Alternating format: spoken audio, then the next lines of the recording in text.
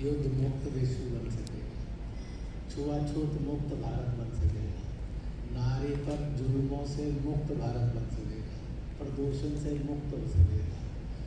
और इसलिए इस तरह की कुछ चर्चाएं होकर वह जो इंटेलेक्चुअल गोष्ठी थी, क्योंकि Poona one of the city है 15-16 सिटीज़ में से, इसमें यूपी भी है, पारसी भी है, एंग्लो इंडियन भी है, बौद्ध तो है ही है, जैन भी है, सिख भी है, हिंदू भी है, तो यहूदी भी है।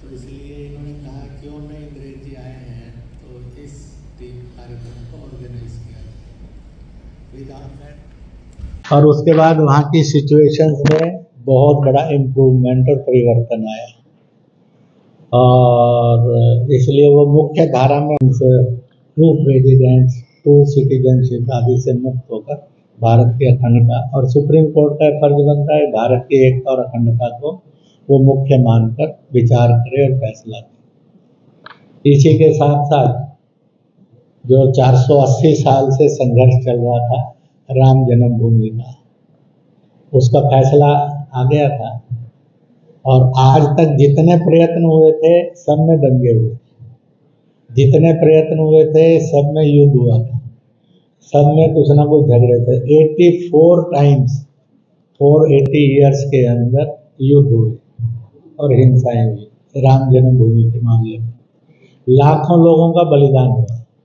पर जब अंत में फैसला आया, हमारे बुजुर्ग तो नहीं देख सके, पर मैंने और आपने देखा है, टेंशन लेस था, ब्लड लेस था, हेट्रेड लेस था, बिना नफरत के था, बिना हिंसा के था, बिना रक्त के था, पीसफुल था। तो उसके 2-3 एस्पेक्ट हो गए हैं। अब जो नया कार्यक्रम है, मूल कार्यक्रम, जो 22 जनवरी से शुरू होगा और 25 में संपन्न होगा, पर मूल कार्यक्रम 22 जनवरी को होगा, सुबह 11 बजे से लेकर दोपहर 2 बजे तक।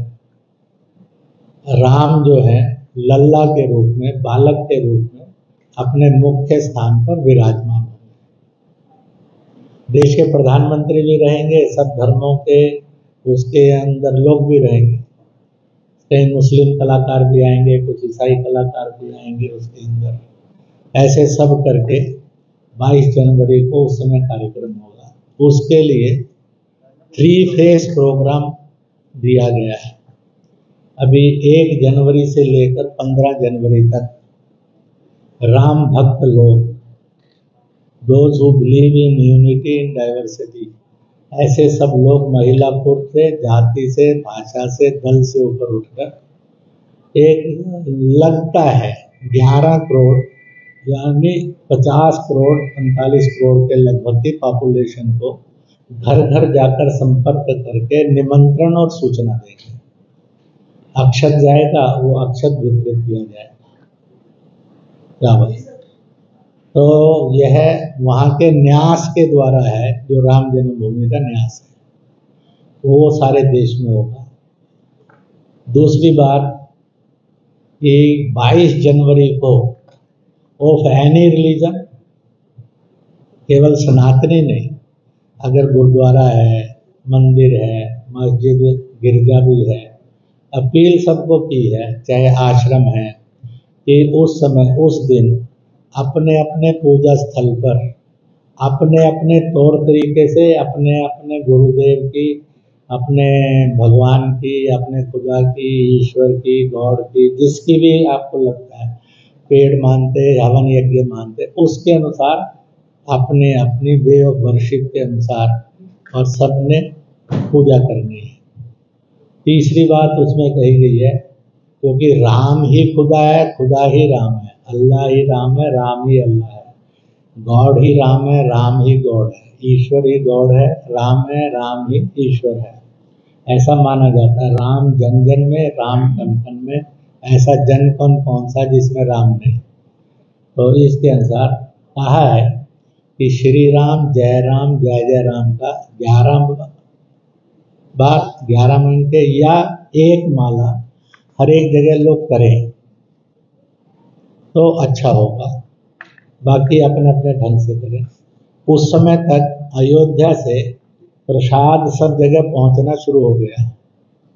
वहाँ से 2, 4, 5, 10 किलो प्रसाद आएगा हर स्थान पर, हजारों स्थानों पर। उसमें वहाँ किलोज और टनों में मिलाकर प्रसाद देना है, ताकि हिंदुस्तान के 25 करोड़, 30 करोड़, 40 करोड़ परिवारों में वो प्रसाद पहुँच जाए। जितने अधिक से अधिक हो जाए, लगभग लगेगा सब में पहुँच गया। 6 लाख के लगभग गांव हैं। गांव में जो भी मंदिर हैं, जो भी पूजा स्थल हैं, वो थोड़ा सजने चाहिए।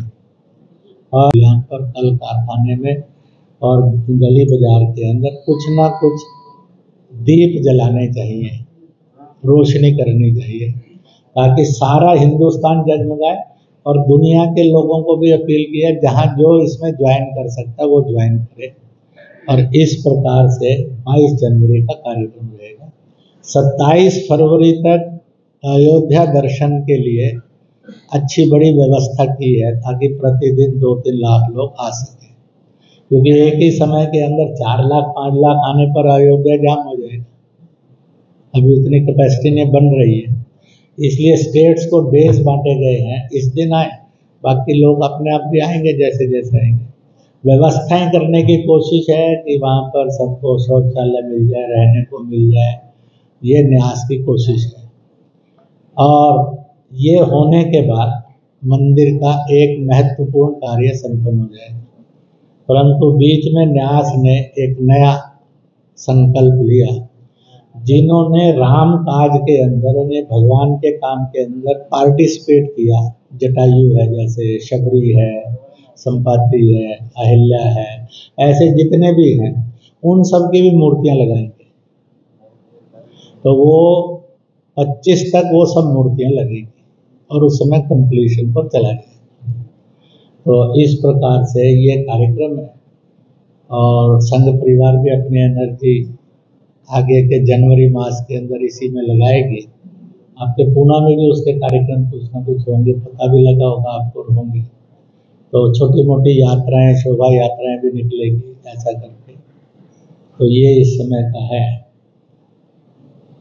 बाकी चुनाव परिणाम आपने सुन ही लिए हैं, तो इसलिए जो हुआ है फॉर द बेटरमेंट हुआ, और जो आगे होगा और मोर बेटर होगा। देश की एकता और अखंडता ना मजहब में बंटनी चाहिए, ना जातियों में बंटनी चाहिए, ना दलों में बंटनी चाहिए, ना भाषाओं में बंटनी चाहिए।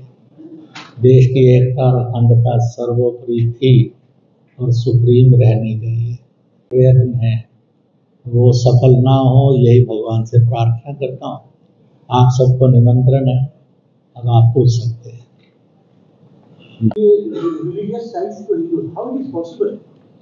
किसने दिया स्टेटमेंट?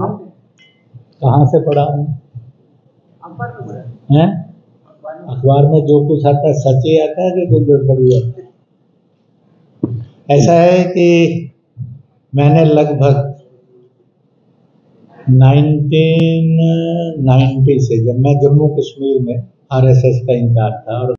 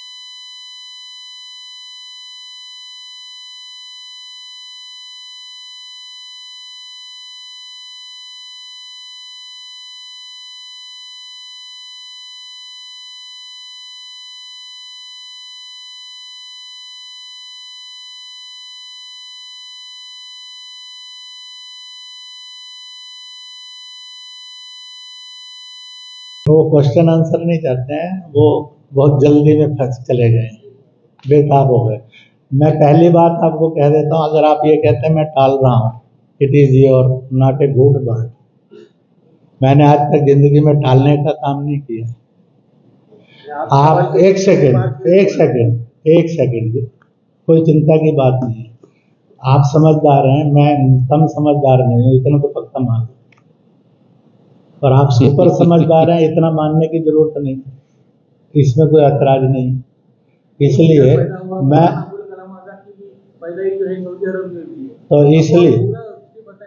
तो इसलिए आप देखेंगे, आप सबके जितने प्रश्न हैं और जितने हो सकते हैं मेरे भाषण में से, इस छोटे से में से आप 50 प्रश्नों के उत्तर आपके सामने आएंगे जो सदा आपको काम देंगे भारत निर्माण में। तो इसलिए इसको मानना। तो इसमें अब इस पॉइंट को छोड़कर अगले को फट से कह देता हूँ, और वो ये है कि एक रियलाइजेशन पार्ट शुरू हुआ। देखिए, जो प्रॉब्लम 800 वर्षों की या 900 वर्षों की है, 3 शब्द में कहकर उसके सॉल्यूशन को देने की ताकत किसी भी नबी, पैगंबर और देवी देवता में ना थी, ना है, ना होने वाली है, और ना आप में है, ना मेरे में। इसलिए आप उस कैंसर को नहीं समझेंगे तो कैंसर का ट्रीटमेंट नहीं कर सकेंगे। मैं इसलिए आपकी हेल्प कर रहा हूँ, आपको नहीं चाहिए तो मैं नहीं करूँगा। परंतु आप कुछ फालतू की बात बोलें, ये अच्छा नहीं है दोस्तों, मेरे साथ जुल्म है। मैं आपकी बात मान सकता हूँ, आप कहिए कि भाई साहब शॉर्ट में दे दीजिए, लंबा मत दीजिए। आप कहें कि आप टाल रहे हैं, इट इज इनटॉलरेंट, ये ठीक नहीं। मैं घुमा रहा हूँ, आप मत घूमिए ना, किसने कहा आप घूमिए? आप बाईपास कर दीजिए मेरी बात को दाएं बाएं से, let it go to the dustbin. तो इट इज योर इंडिपेंडेंस है ना ये आपकी, मैं तो मना थोड़ी कर रहा हूँ आपकी इंडिपेंडेंस। तो इसलिए प्रेस कॉन्फ्रेंस और प्रेस को डील करता हूँ इंटरनेशनली से नेशनल।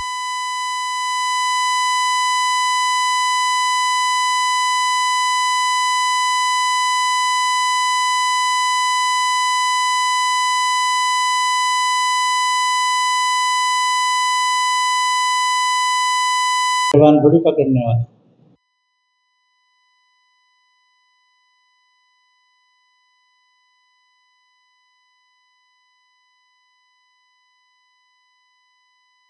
अब अली की बात मानिए आप, अली के नहीं मानिए। Question madam. हाँ,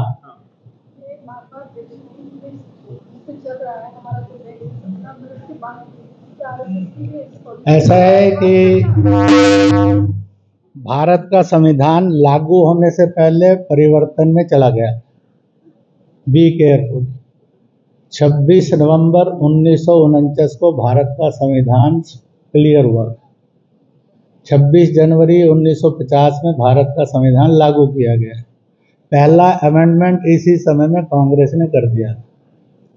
कांग्रेस के राज के अंदर 82 टाइम्स बार जो है भारत का संविधान में संशोधन। परंतु अटल जी की सरकार रही या फिर नरेंद्र मोदी की सरकार है, इन्होंने कोई ऐसा धंधा नहीं किया। लोगों को आदत है बोलने की, वो ये कहते हैं कि आरएसएस कह रहा संविधान बदलो। आरएसएस के किसी भी एक संघ अधिकारी की जो नेशनल स्तर का है, इसका ऐसा कोई वक्तव्य ना था, ना है, ना होने वाला। चलिए आगे। सुविधा देने के लिए 2 व्यवस्थाएं संविधान में, एक शुरू में हुई, एक बाद में, और वह थी एससी और एसटी जिनके साथ सोशल इनजस्टिस हुआ है। फिर इसका एक्सटेंशन हुआ और आज एट प्रेजेंट 4 को आरक्षण है। एससी को आरक्षण है, एसटी को आरक्षण है, ओबीसी को आरक्षण है, ईडब्ल्यूएस का आरक्षण है, इकोनॉमिकली वीकर सेक्शन का आरक्षण है, ये है।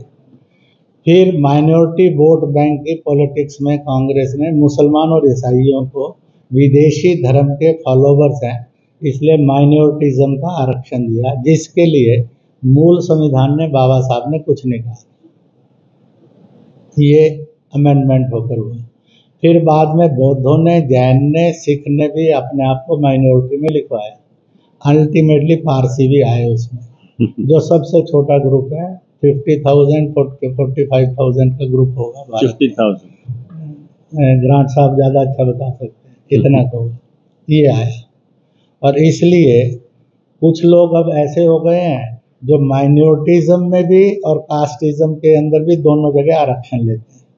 इस देश में ये डिबेट है कि आप या ये फ़ायदा लीजिए या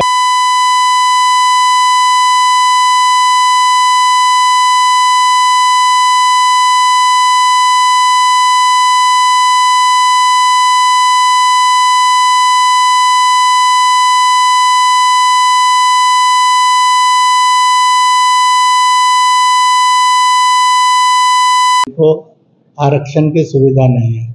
उसमें भी तो कमज़ोर लोग, गरीब लोग हैं। इसलिए पहली बार उस सरकार ने हम लोगों के समर्थन के साथ इकोनॉमिकली वीकर सेक्शन के आरक्षण की व्यवस्था की, ताकि इनजस्टिस को नन हो जाए। इनजस्टिस किसी के साथ नहीं रहे।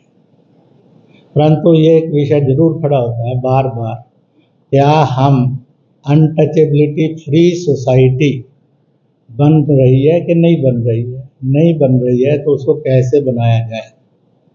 मैंने चर्च में भी और इस्लाम में भी देखा है, वहाँ पर भी कास्टिज्म इज देयर है। और इसलिए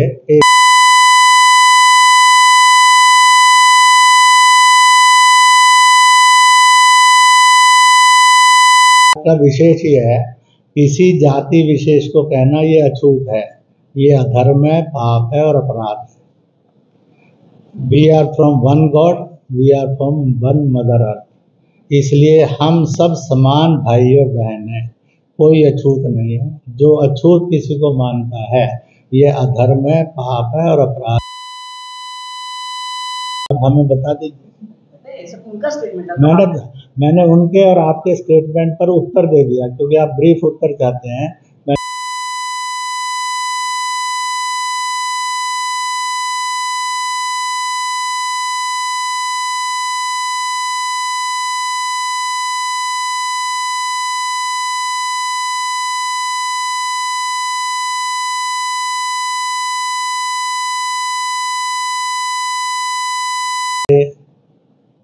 एंटी फेथ जिसको कहते हैं वो कदम था, एंटी ह्यूमैनिटी भी था।